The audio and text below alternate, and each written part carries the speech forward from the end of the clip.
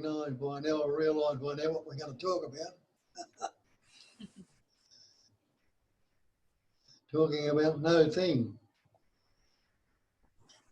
No one talking about no thing to no one. And yet, it's there. There it's appearing. It's appearing as some body talking to some other body or person.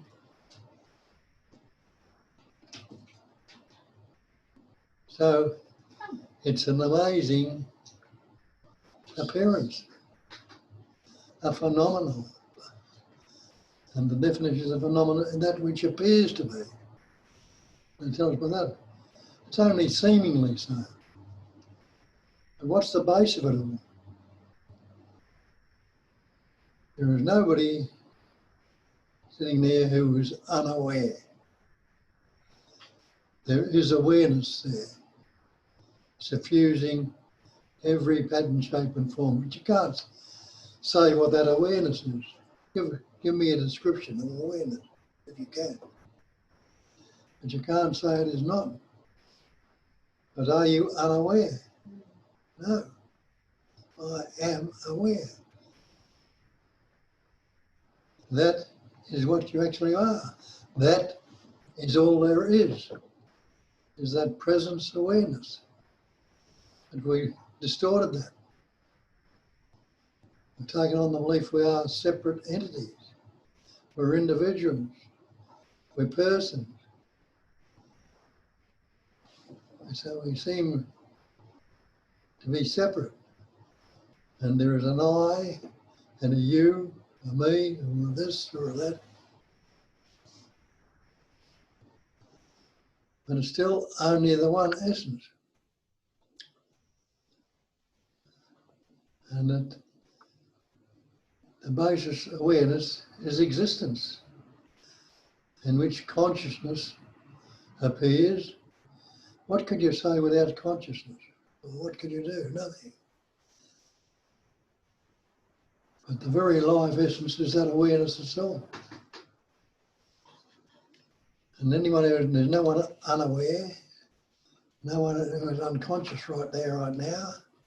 So there is existence, consciousness. And every seeming pattern, shape and form wants to be or loves to be. You don't want to be out of it right now, do you?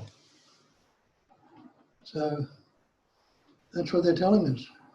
They've been telling us for years, ever since these traditions were formed. Can be traced back to so-called thousands of years.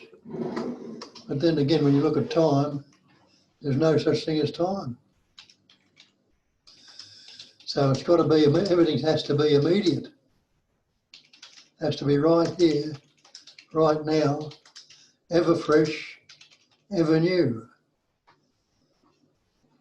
And the new can never be old. When does now begin? Well, I'm going to grasp it right now. Right, I got it, but where is it? It's gone. And it's there again. The saying, I have it or I have not got it, hasn't altered it one little bit or made any difference. And they tell us that it's ever fresh. Presence awareness. That awareness is present. Sitting in the room, are you present or absent? Well, no, I'm present. And I'm not unaware. I'm not unconscious.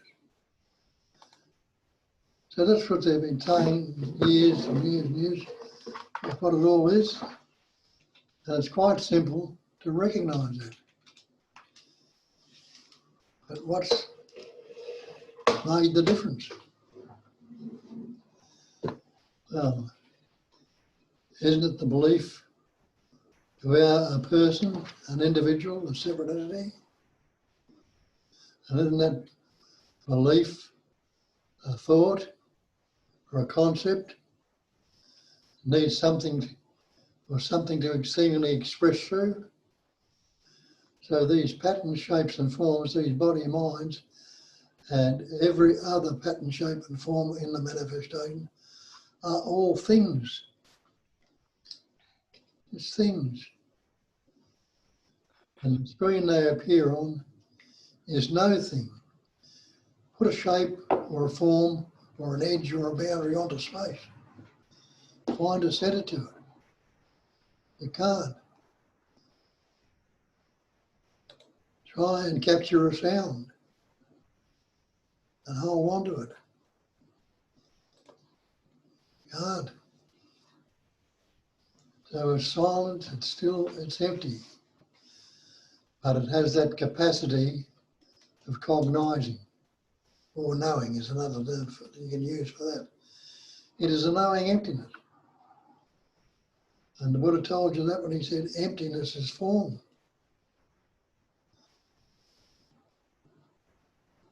These body minds are shapes and forms, patterns. And we all, that emptiness, he says, because the form can be nothing other than emptiness, though it's appearing. And there are many analogies in life pointing out that things are not what they appear to be. The blue sea, for instance, it appears to be blue. Get a bucket of water out of it, it's not blue. The sky appears to be blue. All the sky is a space. Sky is another name we put on it. And it appears to be blue in the distance. But it's not blue. Space is not blue. The water in the mirage, there appears to be water down the road when the sun's shining on the bitumen and the heat's rising, it's shimmering. It appears to be a pool of water. Drive up to it, there's nothing there. And you see that. But when was there ever water there? It never ever was. But you're driving along again and you might see it again.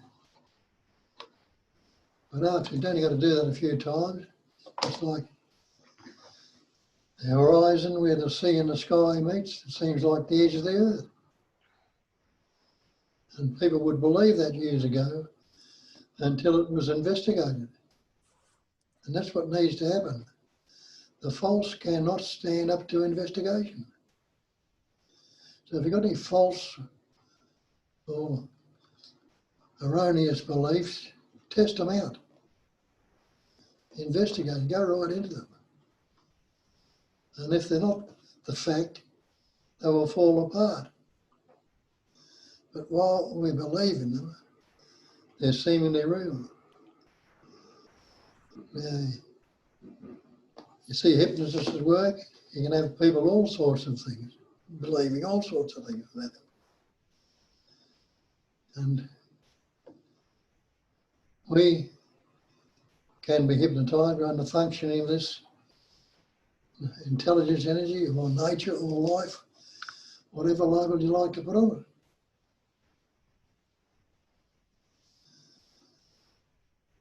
And to do that, we use words. Words, concepts, ideas, images, all vibrating energy.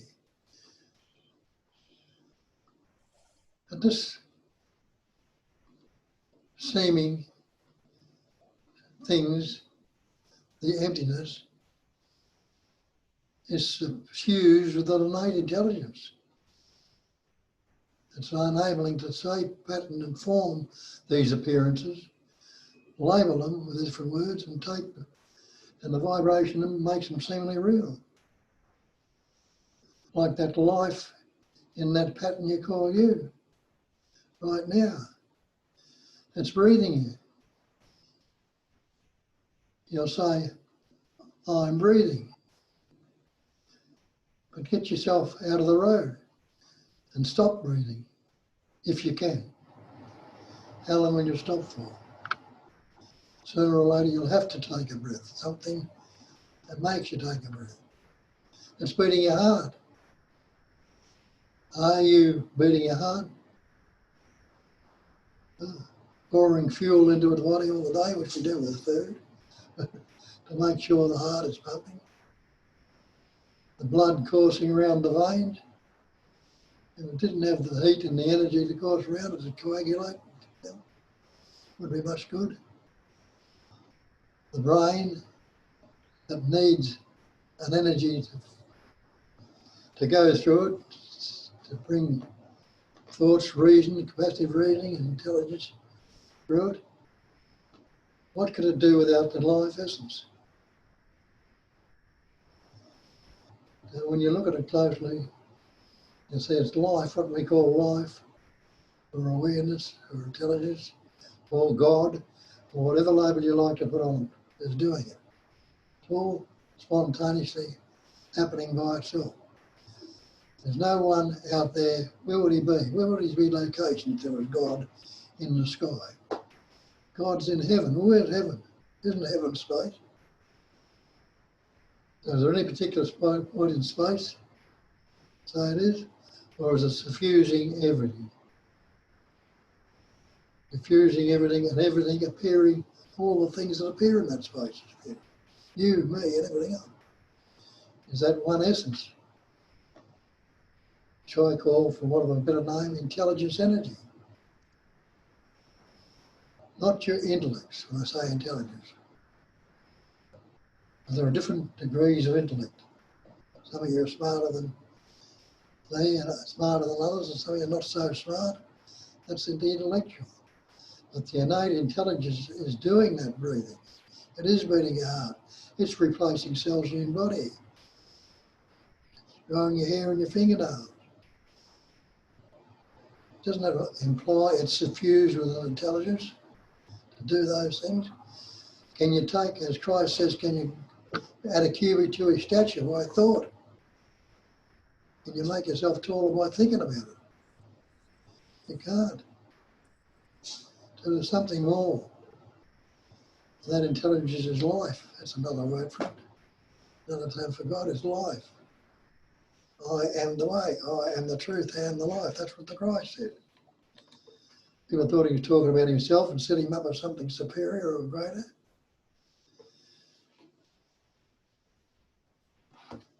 But it was him who was talking about, he was talking about the life, that sense of presence, which is within each and every one of you now. There's a sense of presence there, an awareness of presence, being right here, right now. That is the life that he's talking about. Each and every one of you are life. And life can never know death. Pattern, shapes and forms appear, and play around and disappear. But the animating life that forms them, shape them and suffuse them, and that those patterns can break down because they're only appearance anyway. But that which enabled that appearance to happen has never changed. It is the one essence which is spontaneously, naturally appearing right here, right now. It doesn't know any time. It tells you again in the scriptures. 1,000 years in my sight is like yesterday when it's past, and a watch in the night. Literally, it's gone. But we set it up by giving it a beginning and an end. Yeah. It tells you in the Bible, in the beginning was the Word. The Word was with God. The Word was God. All things were made by him, by the Word. There was nothing made that was made. So that's when our problems start, when we learn words. What are words?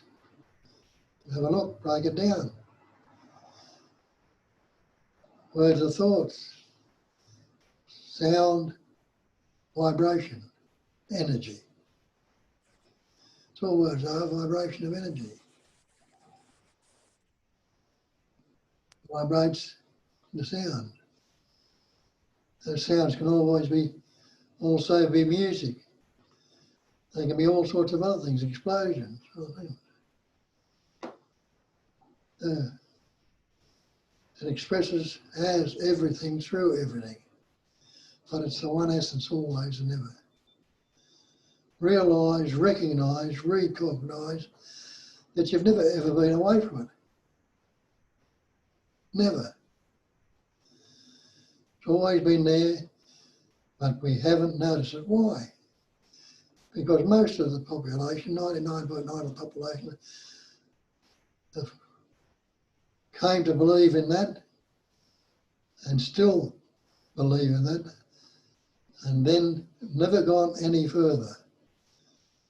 But others, like you sitting there, have realised there's got to be a bit more to it than this, and started to look for something more. And some of you then get stuck into the religious patterns and think, I've got to do all sorts of this,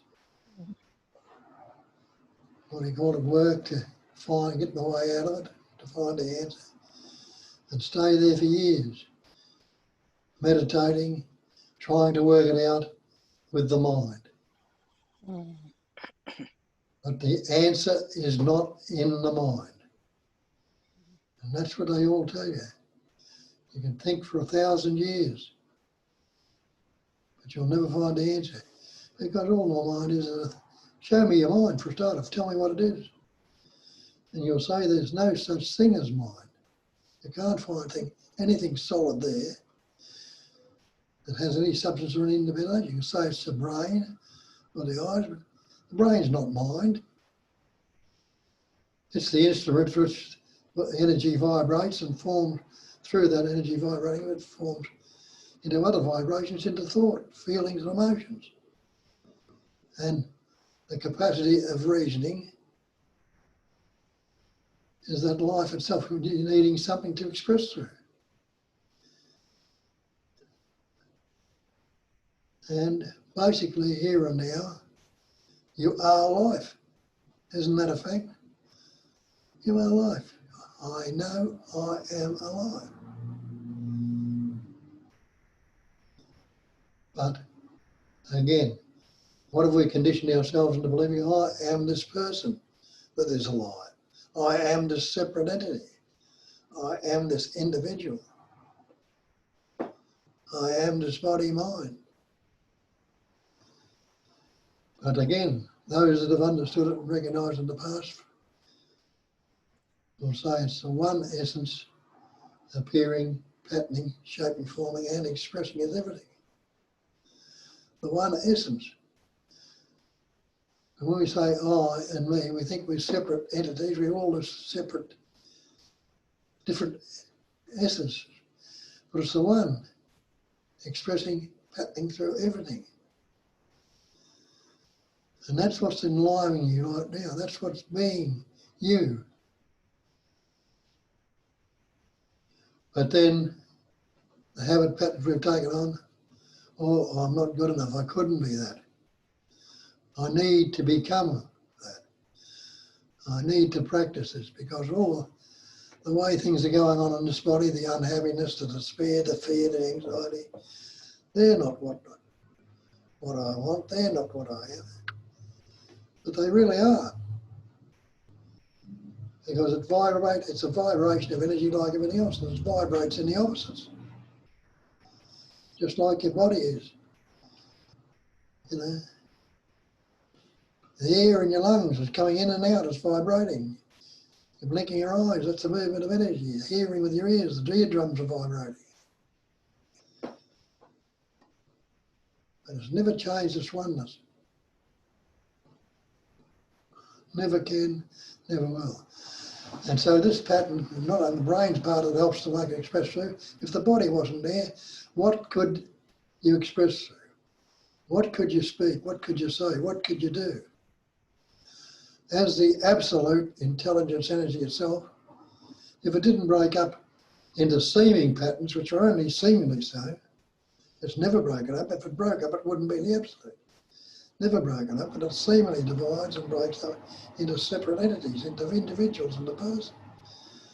And all these things are seemingly separate. The trees, the flowers, the birds, the bees, the insects, the persons, the people, the things in it, all appear as separate. What are they separate from? Seemingly separate from one another. Between, you know, they are only seeming patterns. Can you take any of them outside of space? Can you postulate or think of anything that could be outside of space? What could it be in? It'd have to be in something, wouldn't it? And then you say it'd be in space. Do you think you're forming another space? Or it's still only the one space? And that's what they call it. They give us that. If you look into some of these texts, look it up, you'll see they call it space-like awareness. You know what space is like, you see it all around you. Well, the awareness is like that space. Space is empty, it's unmoving, it's got no depth to it, no height to it, no boundaries to it, no beginning or end to it. Try and fly to the end of space or get out of it. You can't. And all this manifestation appears in it. Can't separate it. And you and me and everybody else, we seem separate. But are we? Isn't it the same air that's enlivening that pattern as it is here? Isn't it the same food? It might be different sorts of food, but the same foods that, like whatever you eat, the vegetables, the fungi, or the animals, or the birds, or whatever you eat, is all the same essence. The water you drink, isn't it the same hydrogen, oxygen? The same air you're breathing, oxygen, might be a bit polluted. But you reckon when you look at it, it's all one. It's form a different pattern. Yeah. And get the taste of what I'm pointing to. It's always and only and ever that. And you've always and only and ever been that. And all these fears we carry around with us, all the hate, all the envy, all the greediness, the unhappiness, the depression, the guilt, the shame, the remorse, all these conceptual images, and the seeming love that doesn't seeming last, and the joy, instead of seeing it all in its totality, instead of dividing it up, and be that total love and joy. Pause the thought for a while and see what happens then. Without the thoughts going on, it comes up a spontaneous sense of being well. And that being well can be happiness or joyousness. We'll take another, put a label on it, leave it there for a little bit longer. See what rises up in that stillness, in that silence. But in trying to be still, you put a blockage on it. It stops it from happening. But see, it's happening. There are moments when it's happening all the time. In between breaths, the stillness. There's a little bit of spontaneous in between your heartbeat before it starts, before it goes on again. Always little gaps there. In the recognising of them and see, in the silence, in the emptiness, in the stillness, get the taste of it. The taste of it. See what's there. And realise that you've never ever been away from it. But taking on the belief that we are this persona, this body-mind, the thoughts have never ceased. They continue to go on in stories. Every story has a beginning and end. And then they're trying to point it out in the fairy tales where you're telling your children, and we used to believe in a lot when we were kids. There's not so much around nowadays. Every one of them had a beginning. And every one of them had an end. They all start with once upon a time. and then lived happily ever after. So that's where it all begins, in time. Now ask yourself this, is there a past if I don't think about it? Ponder on that for a while and you go, no, there's no thought, I can't say there is a past. And if you think there's a past, try and live yesterday. Try and live a moment ago or last week. You can't. You can go back and recall what happened to a certain extent, but you can't recall it all. And the only actuality you're giving that is what you're recalling it right now. If there's no thought about the past right now, there is no past. Realise that. Do the same with the future. Anticipate and imagine what you're going to do when you leave here or when it goes away. You're going to anticipate and imagine it, but you can't live a moment in the future. What's your next thought going to be? What's your next action going to be? Did you know you were going to blink your eyes when you did then? Didn't. Or if they're closed. So we can anticipate and imagine, but you can't live a moment out of this presence awareness. Not a moment. It's always spontaneous and ever fresh presence awareness. They're the statements they use in some of the texts. It is ever fresh, it's ever spontaneous, ever fresh presence awareness. Ever fresh, ever spontaneous. Not static, or not old, not past or future. So remind yourself that whenever possible if you're stuck in the thoughts.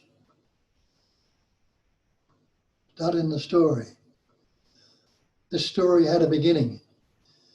And if you're recalling it now, it's something from the past, something that might have happened 10 minutes ago or yesterday, or something you might imagining, anticipating what you did, something to somebody that they're going to retaliate, and it's going to happen at some future time. And we've lost ourselves in concept of time. And we see these bodies, they're aging. They need to be aging. And we put time on that. But then again, you've got to look at them as a past event and imagine a future time in it. Not realising they're aging right in this moment. It's going on so spontaneously that it's not noticed that there are thousands of cells dying in your body right now and being replaced. Fresh thoughts, new thoughts coming up, ideas, images, concepts, feelings, tastes, constantly transient. But it's not time-bound because it's spontaneous. Spontaneous means it's beginningless. When does now begin? Grasp it and say right now. And even as you said that, it's ending. But it's beginning again and it's ending again. No duration. That's all the time is duration, the beginning and the end. So as Nisargadatta says, realise you are the birthless and deathless one, without a second. Always and ever be that. Ever be that. This body is just a shell, which is housing that intelligence energy, the life force, which needs a pattern to express through.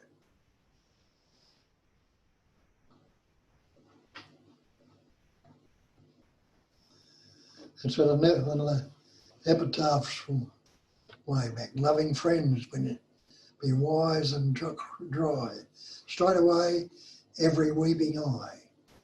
What you see upon the bier is not worth a single tear. It is like a seashell, one out of which the pearl is gone. The shell is nothing, leave it there. The pearl, the all, the soul is here. Next time you see, or somebody near needs your eyes, put that on. The essence or the pearl is here, always and ever. Different patterns, different shine. But it's never been separated from the totality, the absolute.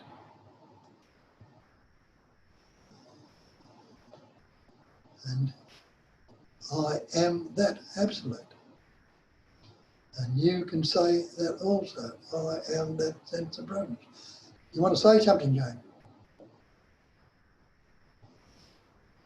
Jamie, did you have a question?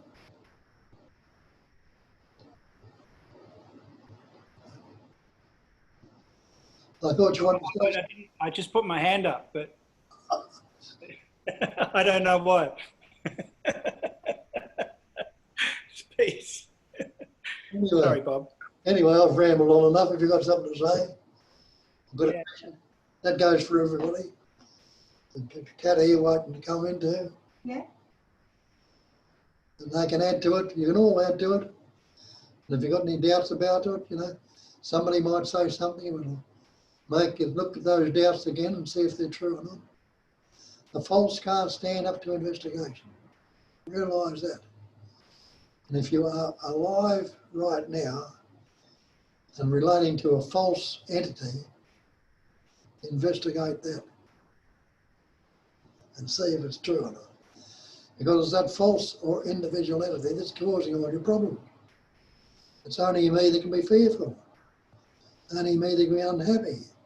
Only me that can be full of shame, remorse, or guilt. Me is the cause. And the effects are this erroneous belief. So, Bob, Yes. this me that says, I see, Yeah. if it is seen, can it be the one that sees? No. The me that says I see is seen. Yeah, the seer has become an object. It's not just how I see. It's me, the object that thinks it's seen. It's Yeah. here on the table. But can the thought of I see actually see? No. So the seeing is the natural function. Yeah. It's so obvious when that I is seen. The I that says I see is seen. It's an object to the natural seeing that is there. It's really just it's a mistaken identity that the seeing identifies with that I that says I see, Yeah. I hear, I think. I do, I feel. Yeah. Yeah. There's a story. Have you heard the story about the lady that lost her necklace?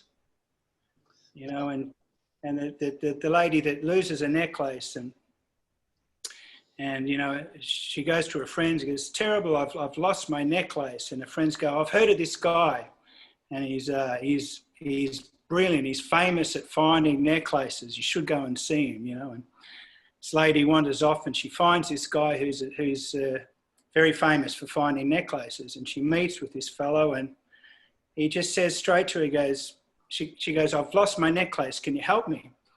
And the fellow says to her, feel on your neck. And she feels the neck and she feels the necklace. And she feels this overwhelming sense of joy that she's found the necklace. This fellow has pointed it out and helped her find this necklace. And she feels a sense of elation. But did she find the necklace, or was the necklace was always there? You know, that the fellow just pointed out just the natural, obvious fact. Just feel for your neck.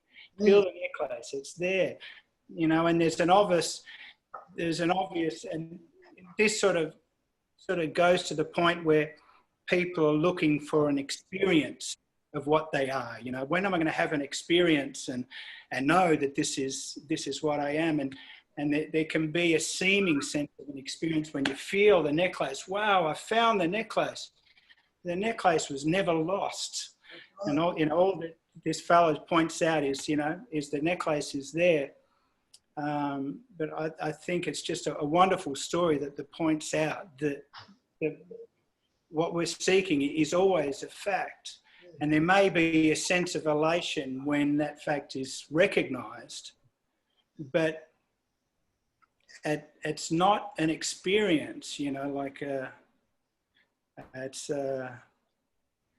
yeah, anyway, I just thought I'd share that story.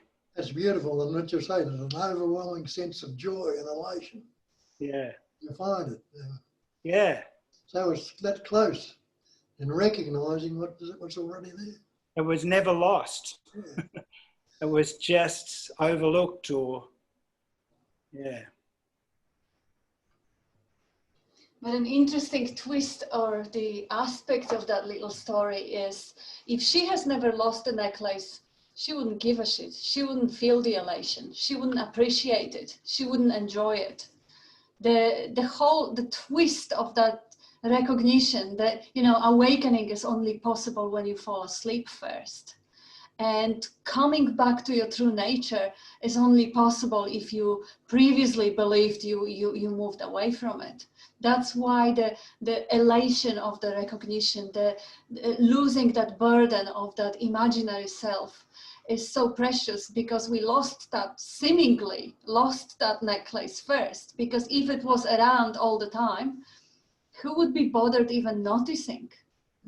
That's why the animals don't seem very enlightened or very blissful because of their enlightenments, because they didn't develop narrative self. They didn't develop a world made of images in the head, this overlay of imagination and meaning making. Really, it all comes down. We as humans, we're wonderful storytellers. Yeah. And that's what we excel at. We have an intellect, and we have this intellect and this imagination that can take us to the moon. It can create wonderful things, but it can also turn on us when that story turns dark, and we identify with the story as what we are. Mm. And so it's a double-edged sword. It's a wonderful gift, the intellect, but when it's brought into the story of what we are, and it's very simply put that what we are is not a story. When someone asks you, who are you? And you go, well, I'm Jamie, and I was born, I grew up here, and I did this, and these are my interests. That's not what you are. As soon as you go into a story, you've moved away from it, you know? Yeah, beautiful. And the stories become endless. That's the problem. Yeah, and the story's wrong most of the time anyway. Like what my story that I have about myself is, I guarantee it's vastly different to the story that you have about me or my other friends or my parents or whatever.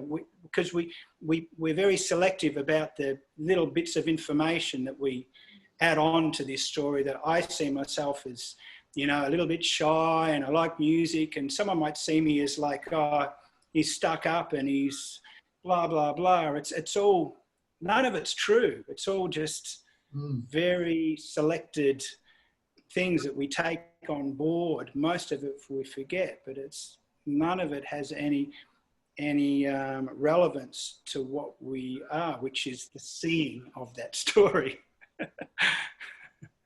And when the story is seen, it's quite funny, because it's seen as, it's really a dreaming. The story of what we are is a dream. It's no different from our nighttime dreams. And when it is seen as an object to what we are, it's so relieving and humorous, and that we were so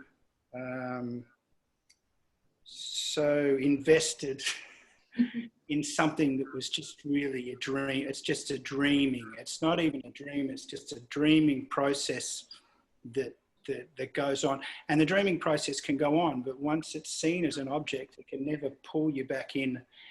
You're never going to go and try to get that bucket of blue water from the ocean again. Once it's seen, it's wonderful. And then life can goes on, and you can still, the story can still be relevant. You can still have your story, and other people have their stories, but it no longer has that heaviness to it where it pulls you in.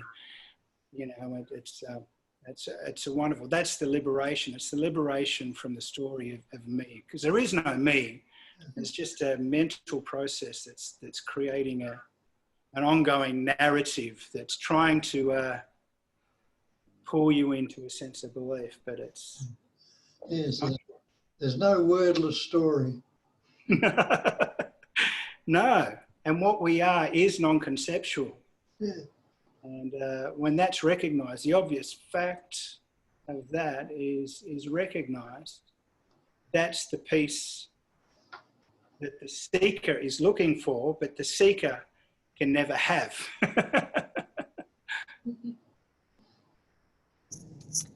Yeah, and that dreaming, you know, we're not the dreaming. It's dreaming. So it can be dreaming you as a seeker, or it could be dreaming you as the next Hitler. So you never know how that dream's going to turn out. So that was something that was hard for me to grasp or to accept, was that I'm not doing the dreaming either. No. And you know, you're the awareness and of it, but you're not doing the dreaming either. So you could dream yourself awake, and you know, the dream can dream itself awake, or it could keep dreaming it's asleep. Yeah. Or we could take that dream character out of the picture altogether. Yeah. All together. It's only when the dreaming is related to a dreamer. The dreaming of itself is not an issue. It's the implication that there's a dreamer there, that there's an entity that's doing the dreaming. The dreaming's just happening on its own. Dreaming is just the same as the seeing and the thinking. Yeah. It's verbing. It's just a happening. And it's amazing how all those stories that we have about ourselves are constantly changing. Like if there was one me that I finally discover as something solid, why would I have so many concepts even throughout the day? You know, like I'm not anymore, but I used to have stories like I was unworthy because I broke glass, or because I had a period and I was frustrated and angry, so I hated myself. But then 5 minutes later, well, I did something right, and I was fine. I was average. I wasn't too bad. And then the concept of me having certain skills, or not having any at all. And throughout the day, that very story would be a story about, oh my gosh, how many versions of one me, or how many completely fresh and new different stories that are almost like a costume in which that life presents itself. Right now, I am a woman. That's who I am. Okay, 5 minutes later, I'll be a mother. That will be who I am. Completely different identity. So this identity, you can't even say is really yours. It's part of the dreaming. No. There's the me that in the evening says, tomorrow morning I'm going to get up and I'm going to go for a run, and I'm going to get up early and enjoy the day. And then there's the me that wakes up at 8 o'clock in the morning and goes, oh, bugger it, I'm going to stay in bed today.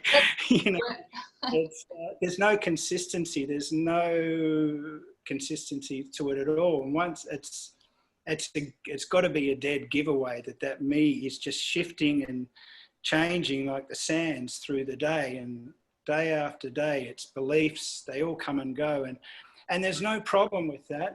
But the problem is when there's believed to be an entity there that's identified with those thoughts, then feels the guilt and the shame and all the suffering that comes up because, oh, I didn't get out of bed and I'm so bloody weak and whatever, rather than just the seeing of that just sees that process, that happening, that verbing coming and going. And then there's a peace with whatever's arising that can't ever affect what you are. There's no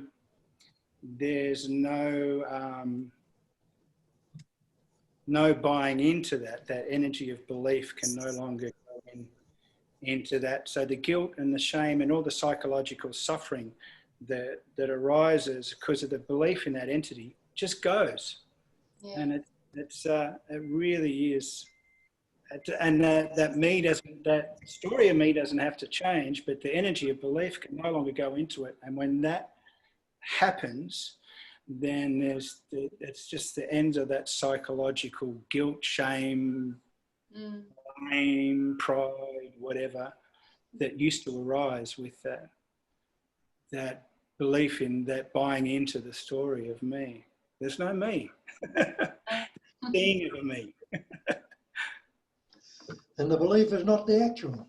No. The actual is this. Yep. Non-conceptual, ever fresh presence awareness. When I was younger, I was studying Gurdjieff, and he had a concept, an idea or illustration of that whole process, saying that the whole body mind is like a house, and there is hundreds or legion in that house of different me's, and one at a time goes in charge, and then one me gets in charge and says, okay, I'm gonna quit smoking tomorrow, and tomorrow there will be another me who is not gonna obey that promise. And then another one comes and says, oh, look, you had such a hard day, have a glass of wine or have a chocolate. And then an hour later, after you had your glass of wine and a chocolate, another me goes, takes a charge and say, yeah, you fucking idiot, why would you do that? And you're gonna be fat and unhealthy. And that is constantly changing. That whichever thought comes in charge, it presumes that there is an I in the thought. And that presumption of an I and belief into an I brings the I into existence, and the I seems real, but not one I, hundreds of them, legions of them. Yeah. And that doesn't have to change, but if there's, and that won't change because the thoughts are going to arise, and depending on what day it is and what you had for breakfast, and if you had a cup of coffee, that's all going to just change, you know, but that's not the problem. That the thought has no power to do anything. Exactly. It has no power to create that. It's only the belief in the entity that says, that's me having those thoughts, I'm the thinker. Then you're invested in thoughts. So you feel the guilt because you had the cigarette, and then you feel the pride because you haven't smoked for 10 days or whatever, and you go, I did that. The I, you know, and it's, but all that can go on, and it doesn't matter. It's just seen. It's constantly seen, and it can't generate that kind of. The story can't get any traction if there's nobody there interested in it. You know, it's like you need that interest and intention in the story to generate the traction to get the story, get that wheel spinning. You know, but after a while, the wheel just loses momentum and just. Comes to a stop, you know? Yeah. Yeah, and when you see everything as just the dead mechanical patterns, like, you know, even though you see through and you know there is no me, there is just the habitual thoughts. 90% of yesterday thoughts are going to reappear today because they kind of programmed this way. And the thoughts of anger or the thoughts of disappointment or the thoughts of judgment. But who cares if they're not yours? Who cares if they're impersonal? They can be as ugly or as pretty, and if there is no one to judge them as ugly or pretty, they just don't get any fuel. They don't, you know, they don't thrive. They're not fueled with the attention or belief. They just move on like clouds. In that open space of what we are, of awareness, everything is allowed.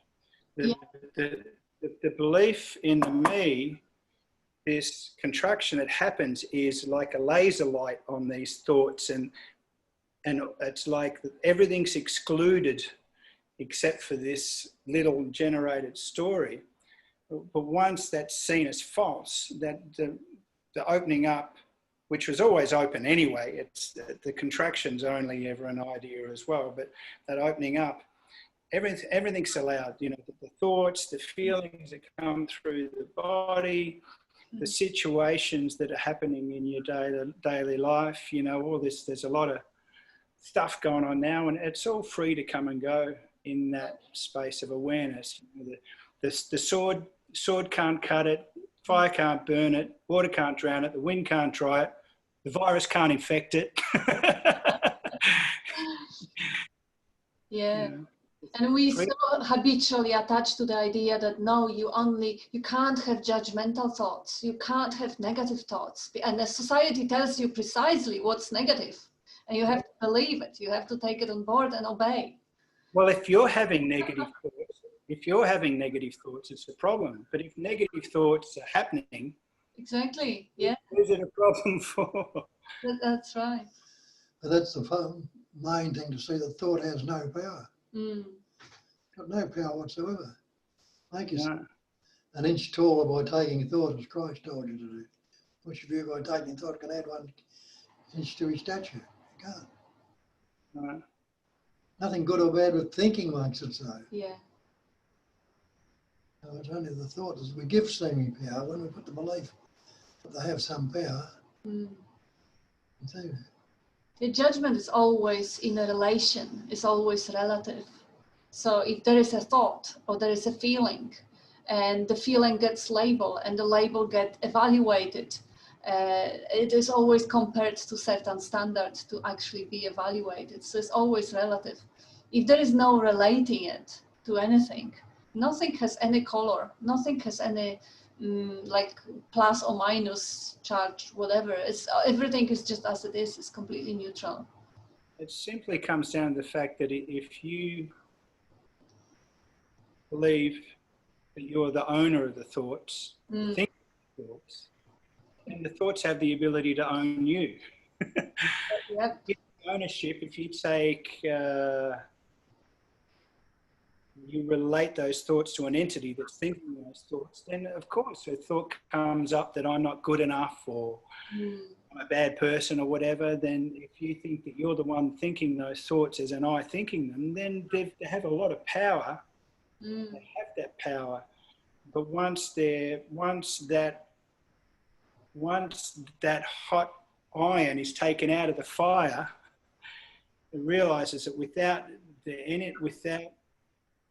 energy from the fire, which is us, Yeah. which is that awareness, that the thoughts taken out of the fire have none of that power at all to burn or to do anything. It's only the belief which is taken from what we are that those thoughts have any power to burn. If you believe you're the thinker, then the thoughts, you have ownership over them, then they'll hurt, they'll burn. Yeah. Once it's seen that they're just an arising in what you are, you're free of them for good. Yeah. and that Cat mentioned that it's relating. Well, that's where all the problems come from. The relationship, relativity, is dualism. Yeah. Except ourselves, we're relating to the me or this thought or that thought. We're relating to something, you know, and that's dualism. Leave it as it is, just in the one without a second. All clues to what to do. Relationship is duality. And we get locked in these male-female relationships too, not realising that's the cause of all that problem. If you're not relating to them, if you're really loving them and going with them, merging together without relating, going to get rid of a lot of problems. Oh, yeah. You don't even get rid of the problems, that the problems just no longer arise. That's right, yeah. You just notice one day, it's like problems don't seem to be around anymore. Yeah, look at that creature there behind Bob. She doesn't have any concepts, any fears around future, because she doesn't imagine the future. So she doesn't know whether her business is going to bankrupt or how long and how debilitating the lockdown is going to be, because she doesn't have concepts. She's in non-conceptual awareness all the time. Same, she doesn't have concepts about how inferior or inadequate she is, because she doesn't remember her past. She doesn't have a collection of her failures to brood upon, or traumas that happen. But she knows where she'll get a feed in the morning. Oh, yeah, she is quite controlling. Oh, she knows how to put her under the thumb. She's got this very, very high pitched squeak, which completely steers the oxytocin. We do anything. That's why she's so overweight. It's so hard to refuse her anything. But that is such a demonstration of non-conceptual awareness, because as Jamie, as you said, the great gift that reasoning is, wonderful, wonderful gift of creativity and wonderful door to possibilities that the creative imagination and thinking and the poetry and art and civilization, all of it gives. That, yeah, it also backfires, because it makes objects of everything, and it not only the symbolic language allows us to put symbols on things and operate them in the memory, but it also makes us to put a symbol on ourselves and make ourselves to an object. And rather than in unknown mystery, now we are a thing, a body or the mind or the ego or whatever it is. I mean, even the identification with the emotional self or the most precious values that are, of course, mine are better than yours, and and I'm ready to go on the street and kill for them because they so mine. Those are all consequences of the symbolic language, because those are the ways in which we are adding all that symbols to create the identity. And I think it was the Beatles that sung that song, you know, nothing you can sing that can't be sung, nothing you can do that can't be done. It's every idea and concept and belief that we hold is being given to us. Yeah. You know, that it's all given to us, and it's all conditioning that we pick up when we read something. Nothing's really original. It's just regurgitated, yet we hold those beliefs and take them to be so personal. You know, it's really my belief. I feel strongly about this, but it's just something that's being given to us. It's just and you can, yeah, if you look back at your life and you think of things that maybe 10 or 20 years ago that were so important to you, and beliefs that you held that are just not there now, you know, like political beliefs and ideas about the world and that you held that turned out to be wrong, and they're just not there. But at the time when you held them, they were the truth. This is the truth. And why can't everybody see this truth? And there is no truth in concepts. Whatever can be spoken as a concept, no concept is truth. The only truth there is the fact of beingness, of that sense of I am. That's the only truth, is that which doesn't change, and what we are doesn't change. But all those beliefs and those concepts through our life are just constantly being thrown out, and taking new ones on board and getting rid of that.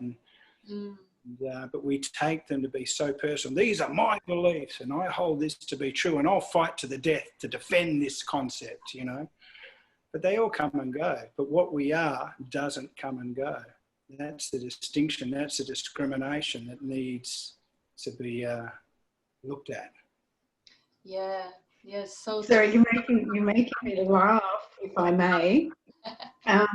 Today, my husband does a little bit of handiwork, you know, around the house, and he did this little piece of wood, and I happened to be in the room, and I looked at this piece of wood that he did, and I'm a control freak, or I was, or one of me is, or one of the eyes is, you know, whatever. And I looked at this piece of wood, and it's like, it's not perfect, you know, it's not painted, you know. And I looked at it and I went, oh, who cares? Doesn't matter, you know, that's not me anymore. It's not important. Let it go. And I let it go. Like, it's not important.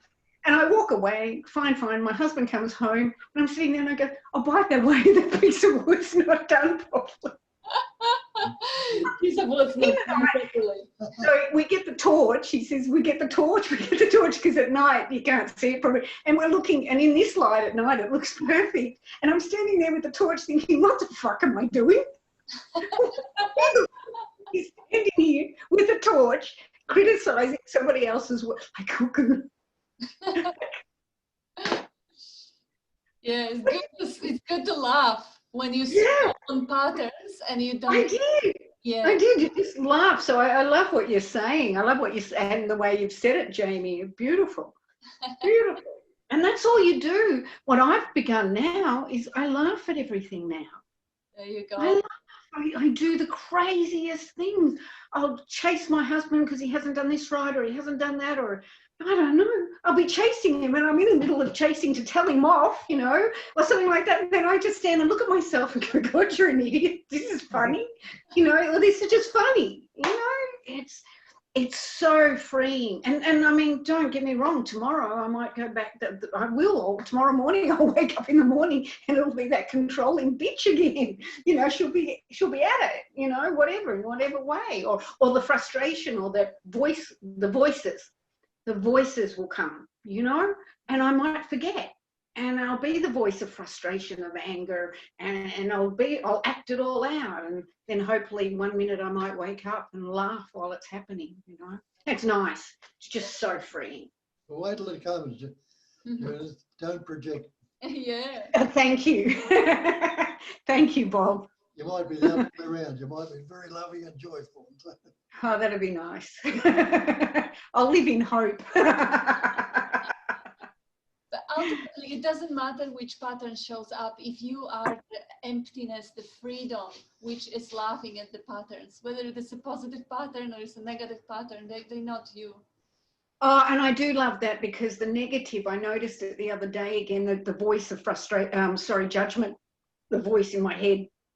I saw this incredible judgment of something or someone. And normally the other voice comes in and says, yes, you're really bad. Like, oh, you know, who do you think you are? Who are you to judge somebody? You know, just the whips come out. But this time the voice, you know, I heard judgment. Oh, that person is ugly, or not wearing the right clothes, or the voice came. And I just went, oh, yeah, thanks for sharing. Whatever, you know, I just, whatever. I no more whipping. Yeah. No, hey, you shouldn't think that. You shouldn't do that. It's just, you know, it's not true. Exactly. You know, there's something, it's just knowing it's not true. And it means nothing, and not taking ownership. Like you said, it's just words. Yep. It's just words coming in the head, you know? Yeah. It's great. Yeah, exactly. Beautiful. Yeah, don't take anything personally. Don't give anything any importance, and you're free. That's it, isn't it? Yeah. Yeah. And then enjoy the show, because this is a magnificent play. You know, you are in a fun park of the highest quality, because everything is 3D or 4D, completely convincing and fully engaging. You know, it's like, you're not an observer in the cinema watching somebody else's life. You are participating fully at the same time, and you will be awake to the play, being the director and the actor and the observer and the viewer and everything. Yes, yes, yes. Yeah.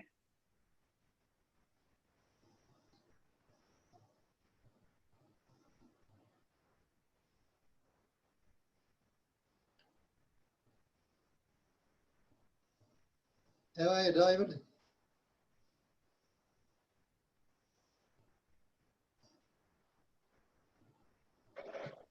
We can't hear you. Can't hear you. Can't hear you. Yeah, you're Okay. Am I? That's yeah, better. hear you now.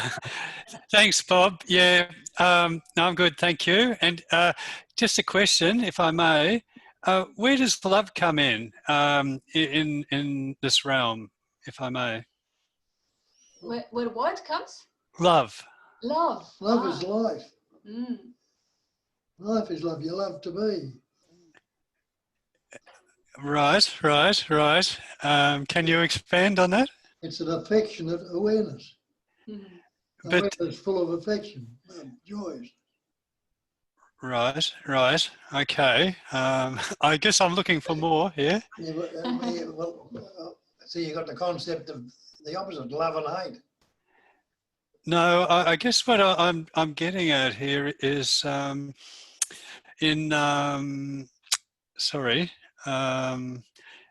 those of us that are not awake, how does that change when in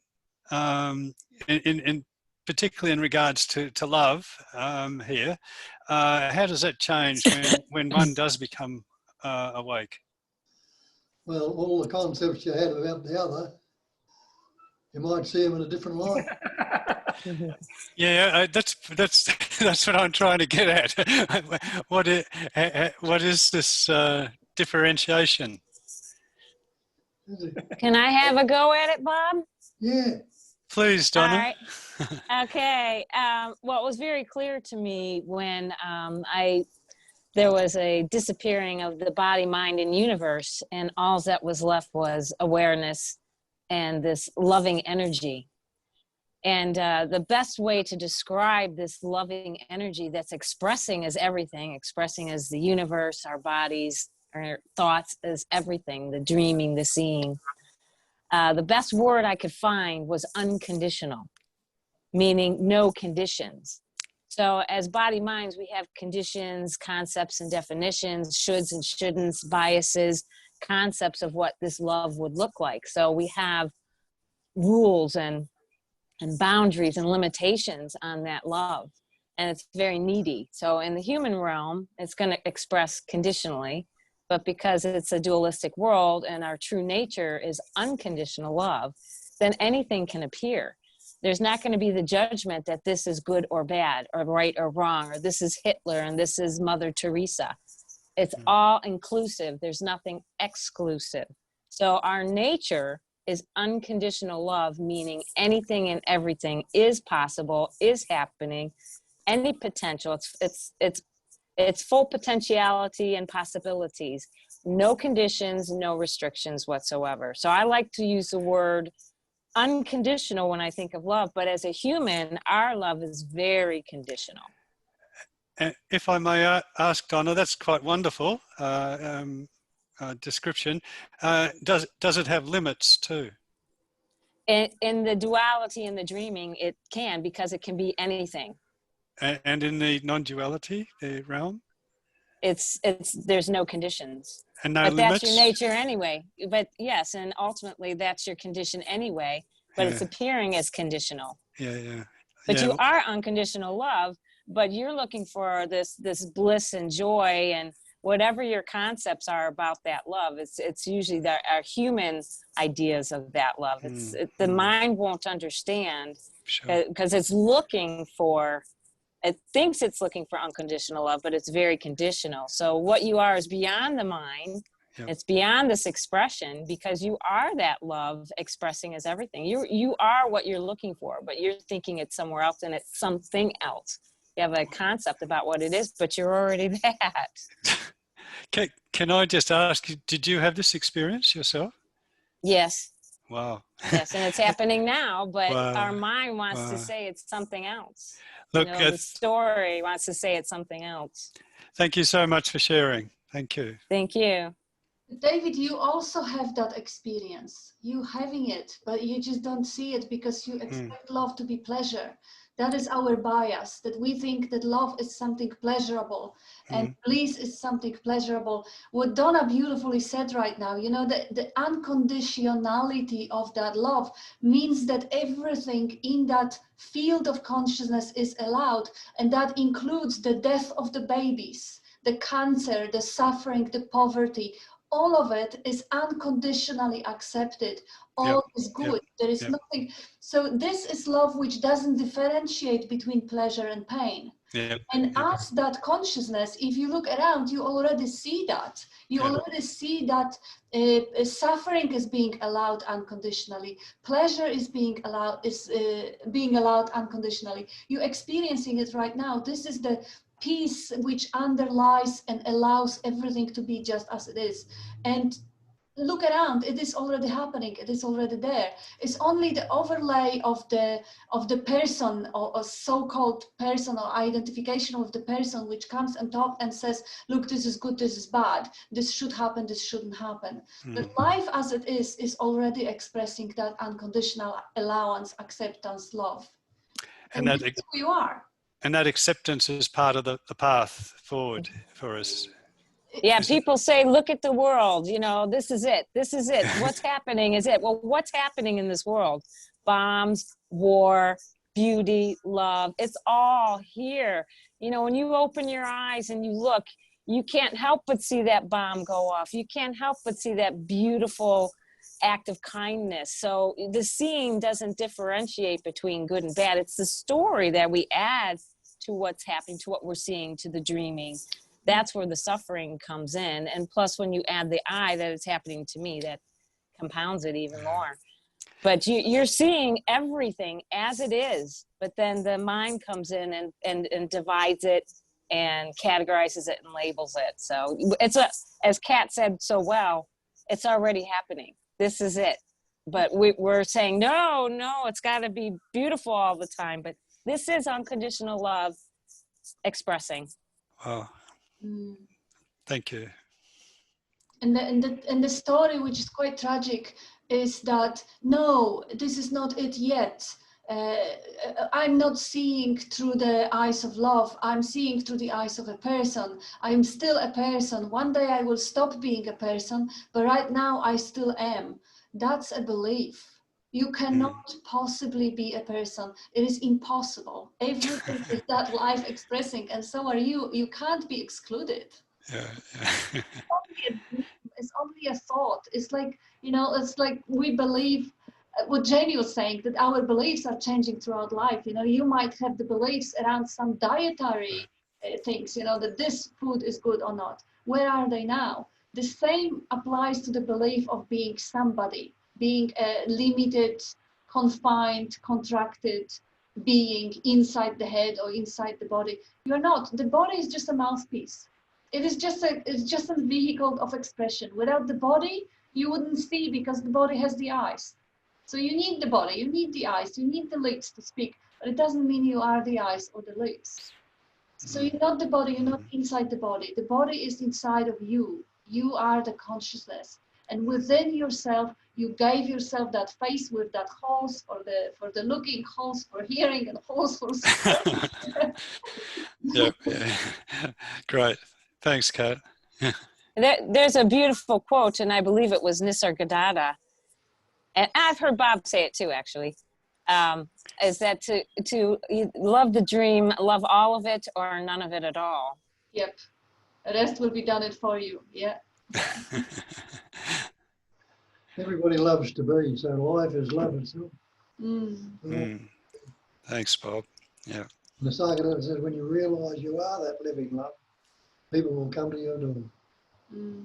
People will see what's recognised there, and if they're seeking for it, they'll come to you and find it. But it's got to be passed on. Thank you. It's a beautiful concept, love, and it's just such a beautiful topic to explore. But you can actually see how many concepts grew around that topic. How dangerous that word is, because people have such a strong expectation, the sense of bliss or the heart experience. Exactly. Yeah, and this. How true. How many conditions are put on it.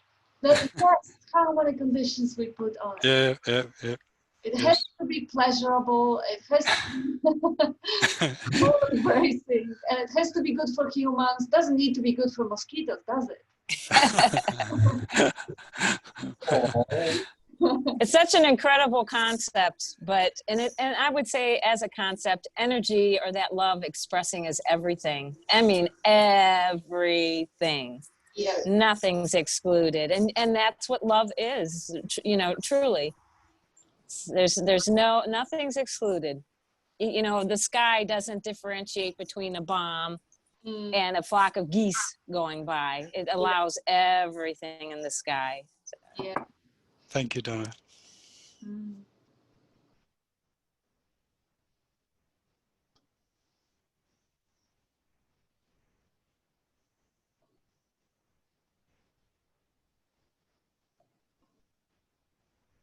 And the self-evidence of that loving to be is the existence. I mean, everything that exists because it's been loved into existence. It's been allowed to be. And that, if there wasn't loving to be, there wouldn't be a being. It's almost, they call it like three aspects of the one, Sat Chit Ananda, being, consciousness, and bliss or loving to be. They are three aspects. This is just one, or not even one, because you can't even say whether it exists or it doesn't, but it appears to be. In the reality, it is a pure empty space, but it appears as myriads of forms, and those myriads of forms, they exist because of the loving to be. So that one of Bob's books is called Only That.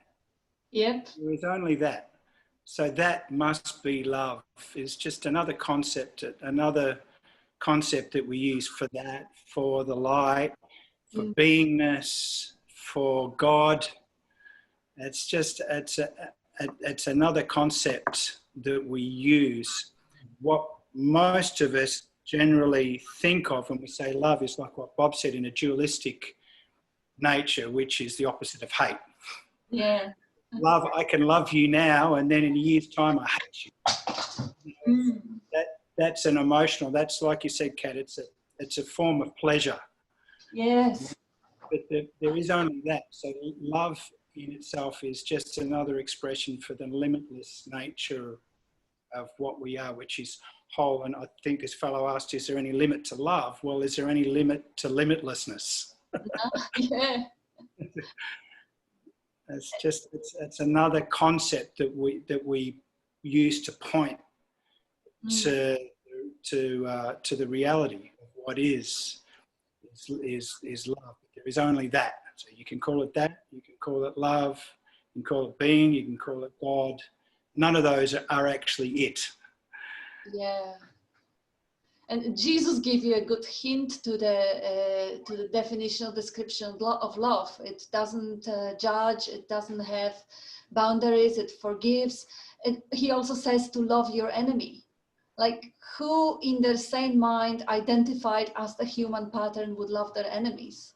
I mean, who would love the coronavirus or rats or someone who is just shooting them in Auschwitz? Wouldn't you say that sort of love is like what that other lady is talking about? Is the acceptance that arises? It's allowed to arise, because whatever is arising is just accepted as arising in that love, in that sense of beingness, which is there. There's no judgment of I want this, but I don't want that. Of taking this and pushing that away, that it's all just allowed to be as it arises, that unconditional acceptance of not wanting one over the other, that all is that, there is only that. Yeah, when you withdraw your identification from the personal self with the personal agenda, personal dreams and personal gains, and you relax into that space, what judgment does the space have? It doesn't. What preferences does the space have? It doesn't have any. We are the space. We don't even relax into it. It's really, that's all there is. Yeah, you just relax your thinking. Just on that, if I may, so there seems to be a correlation between space and consciousness. Is that correct? Yeah, they're all pointing to the same thing. God, consciousness, love, space, awareness, emptiness, stillness, silence, source, thousands of words, ordinary awareness, supreme, all of it. They just, because ultimately everything is one. So we constantly point to the same one. Is it David? Is that? Yes, that's it, Jamie. What do you see directly in front of your eyes right now?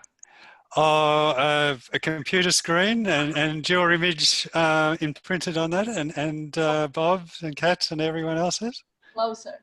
Wouldn't you say that what is actually directly in front of your eyes right now is emptiness, is empty space? Exactly. That's right. I was just thinking in that brief interlude that the space is like the screen in which the whole dualistic realm is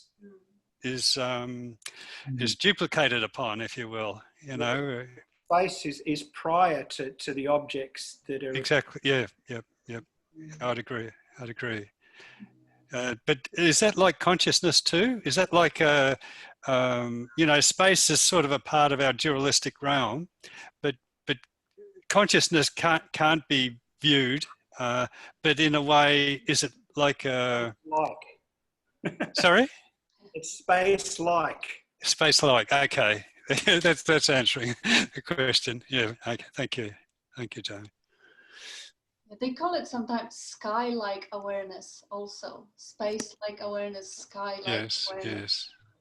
But I mean, space itself is something I'd contemplated a little bit on, prior to this, and it's so necessary in the dualistic realm, isn't it? Because without it, nothing would be differentiated. There would be no separation between anything, That's right. and therefore it wouldn't exist. So it's such a necessary element, and yet it's so overlooked in a way, by people. That's exactly right. And just as Jamie said, it's space like awareness.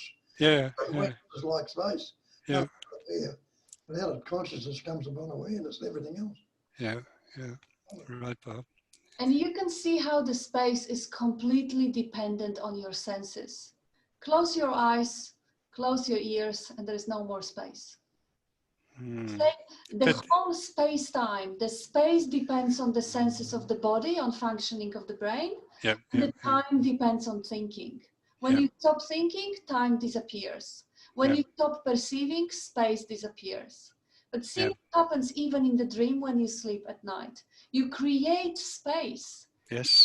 Out of your mind comes the whole new universe with its space, its time, its actions there. All of it happens out of thin air. True, it does. How real is this? Exactly. Yeah. And then it emerges back into ourselves when we wake up, or so-called wake up. Exactly. And the whole universe with that space that we are experiencing right now folds itself out and disappears as you go to sleep. Yeah. Nice.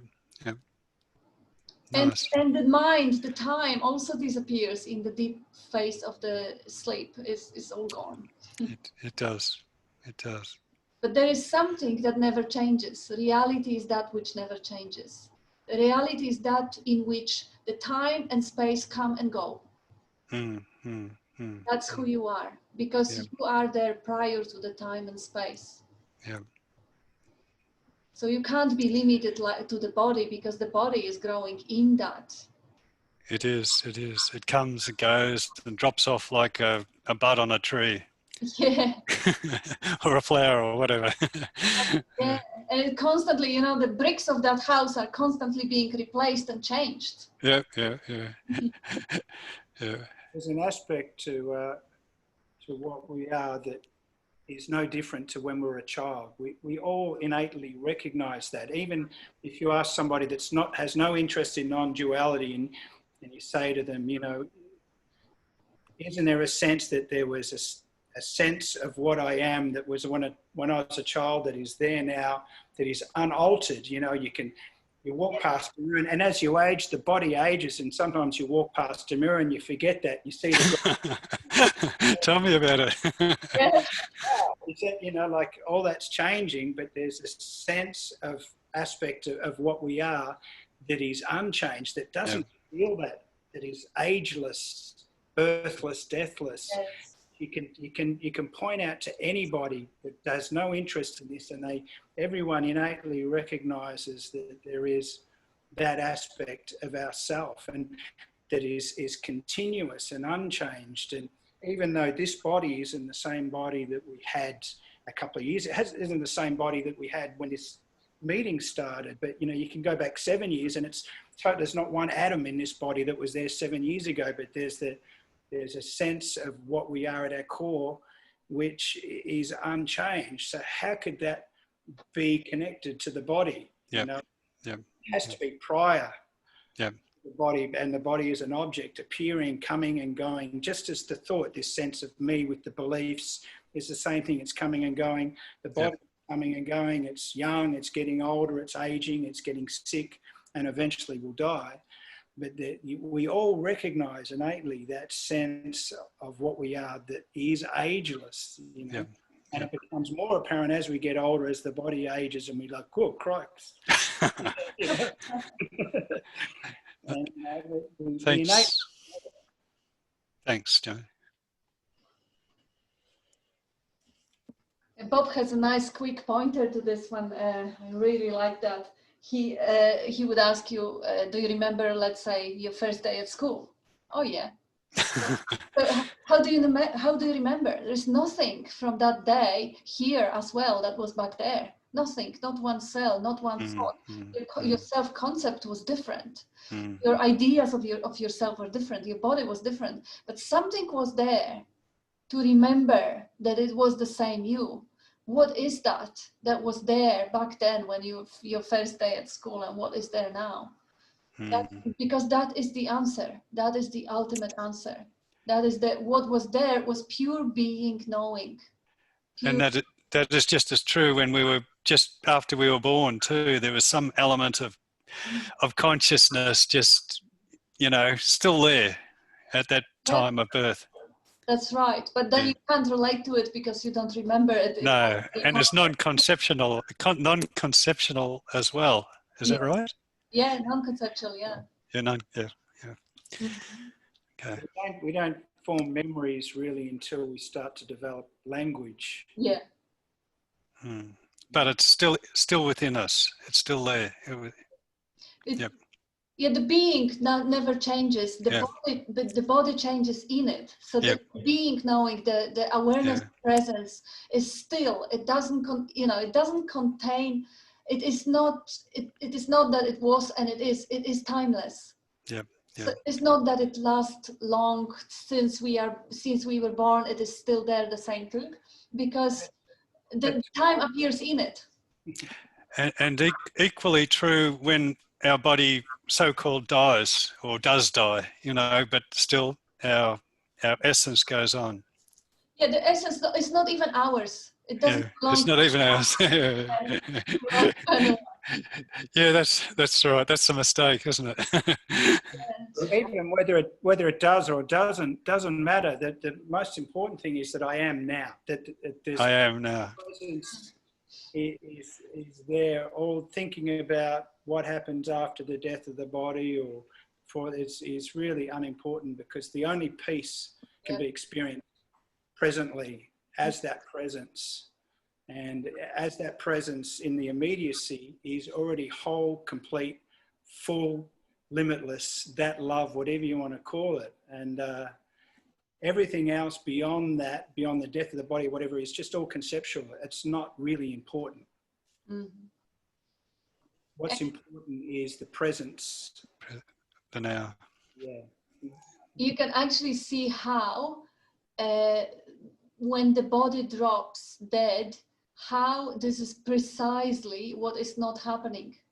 So how you kind of conceptually leaving that present moment here now, that only a live, valid present moment, and you engage with the imagination, because that projection of the future, what happens tomorrow, what happens when I die, is precisely what is not happening.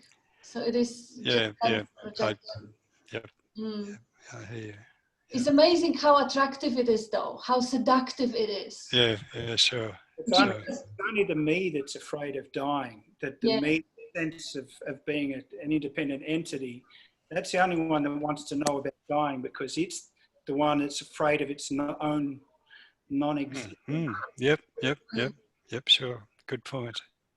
And also, even the concept of ceasing to exist is unthinkable. That's why it's scary, but it's totally invalid. It's just so ridiculously invalid that even engaging in trying to imagine it is just another way of engaging with the mind and conceptually leaving this moment of what's happening. Kat, wouldn't you have to say to go there, you have to create a future? Yeah. You have to create time to even ask that question, and once you've created time, you're off into the story again, and you're back into the dream. That's right. Yeah, that's precisely what being asleep is.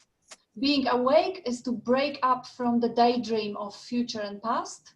Being asleep is to daydream or night dream about other time and other place than here now.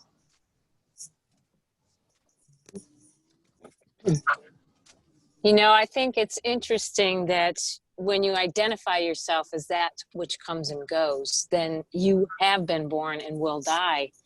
But when you know yourself to be the eternal awareness and the energy and love, when you actually have that recognition, then the sense of the body coming and going isn't fearful at all. It's kind of like, are you afraid to go to sleep at night? Because you give up everything. You willingly crawl into that bed knowing that you're going to forget everything, that your body doesn't exist. Nothing exists. It's just, it appears, it's not there. It's just gone. And you willingly give it up every night. Yeah. And somebody asked me one time, are you afraid to die? And I'm like, well, are you afraid to go to sleep at night? And I'm like, no, I look forward to it.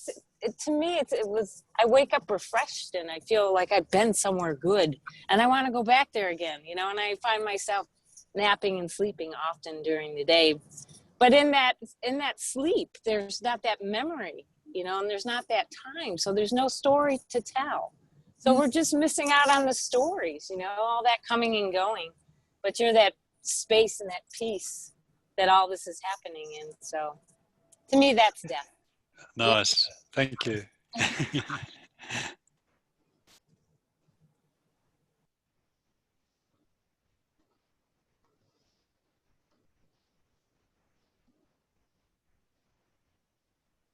Yeah, we arrived at 9.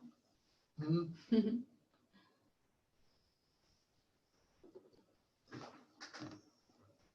Thank you very much, Bob. Thank you, Kat. Thank you. Thank you, everyone. Doc. Thanks, Thank you, everyone. Thank you, Nice Jamie. meeting. God bless. Donna. Bye. Bye, Sherry. Bob. Bye. Thank you, Jamie. Sheridan. Pass. Bye, Peter. Bye-bye.